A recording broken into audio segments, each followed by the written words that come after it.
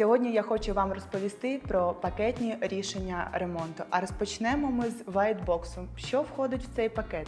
Перше – це індивідуальний дизайн-проект вашої домівки. Друге – це електромонтажні роботи. Третє – це штукатурні роботи.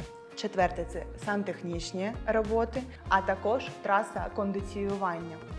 І обов'язково прибирання, доставки та підйоми. Фото та відеофіксація кожного тижня. Якщо тобі цього замало, то ми даємо 5 років гарантії на всі види робіт.